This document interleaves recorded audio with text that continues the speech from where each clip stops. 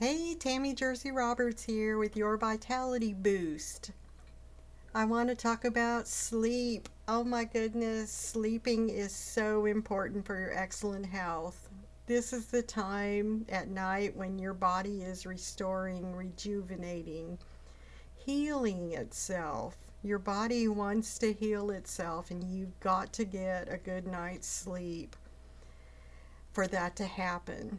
It doesn't happen when you're awake and tossing and turning and not getting the peaceful, sweet sleep that you need. Well, I was surprised to know that 3 out of 4 Americans have some type of a sleeping disorder. This was actually pretty shocking to me, although I don't know why, because people are going around with chronic fatigue, excessive daytime sleepiness, and if that's you, it could be a sign that you're not sleeping properly.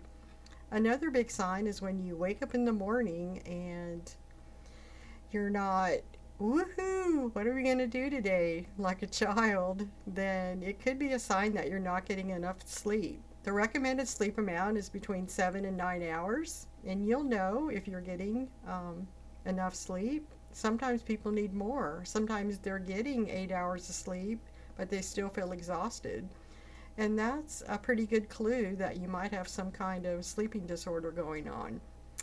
You're tossing and turning all night. You're waking up multiple times and you can't have trouble going back to sleep. Or what happened with me is I would be exhausted, go to bed at a reasonable hour, and I couldn't go to sleep. Couldn't go to sleep, couldn't go to sleep, tossing and turning, counting sheep. I mean, you know the routine. Another thing is that you might snore super loudly.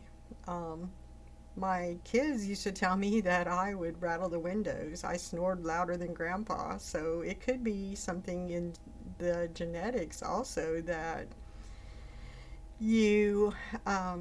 just have a predisposition for inflammation in this part of your body and gasping and choking, waking up with a dry mouth, a sore throat. It's a big clue that you're sleeping and breathing through your mouth. You should be breathing through your nose. Very important that you breathe through your nose at night. This produces nitric oxide in all the cells of your body, helping your mitochondria get the energy that it needs.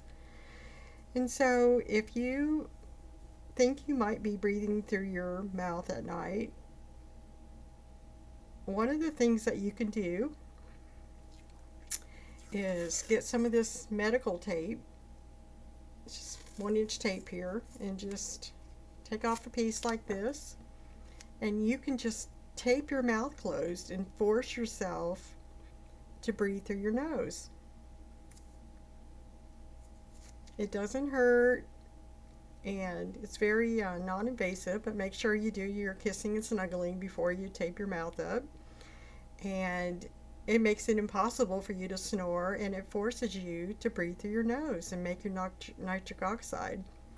I was completely stunned when this happened, but after I started doing this, I didn't snore anymore, and I woke up in the morning feeling fantastic, full of energy. It was just shocking to me.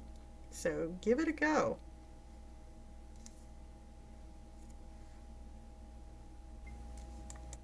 It's also really important to make sure that you're in an environment at night that is conducive to a good night's sleep. Some of the things that you may do is drink a little bit of herbal tea right before you go to bed, maybe a half hour before you go to bed. Herbal tea like chamomile, ginger, peppermint, and mix that up a little bit. That's fine. But those are things that help you relax and reduce the oxidative stress. And in your bedroom, make sure everything is comfortable. You've got pillows that are comfortable and let you relax.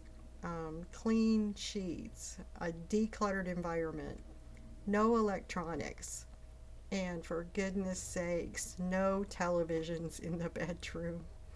I'm sorry, but that is a huge no no. Your mind doesn't turn off at night. It's still going 24/7, and you do not want CNN blasting that stuff into your brain into your mind at night.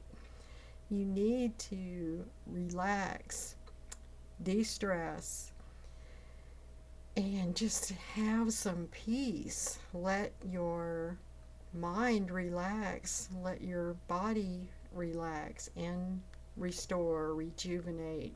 That's what that time is for. And you can't do it when your mind is still tuned in to the news or anything else that's going on in that room. Make it quiet, make it peaceful, and make it dark. Yes, make it dark. The daytime is for sunshine. The nighttime when you're sleeping, it should be as dark as possible. And you may also want to try a little bit of alternate nostril breathing before you doze off. And that is simple to do. Just take your thumb and your ring finger and you breathe in one side and out, and then the other side like this. I'm closing one nostril, as you can see.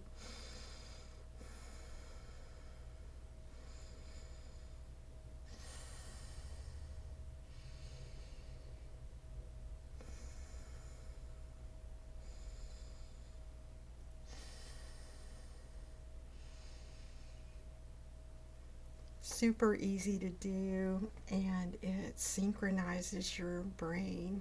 It synchronizes your breathing. You can already tell that I've calmed down in this video. It's just incredible how that goes. And just do that 10, 20 times. And then just turn on your right side and just close your eyes, and you'll be drifting. You'll be into that dreamland in no time.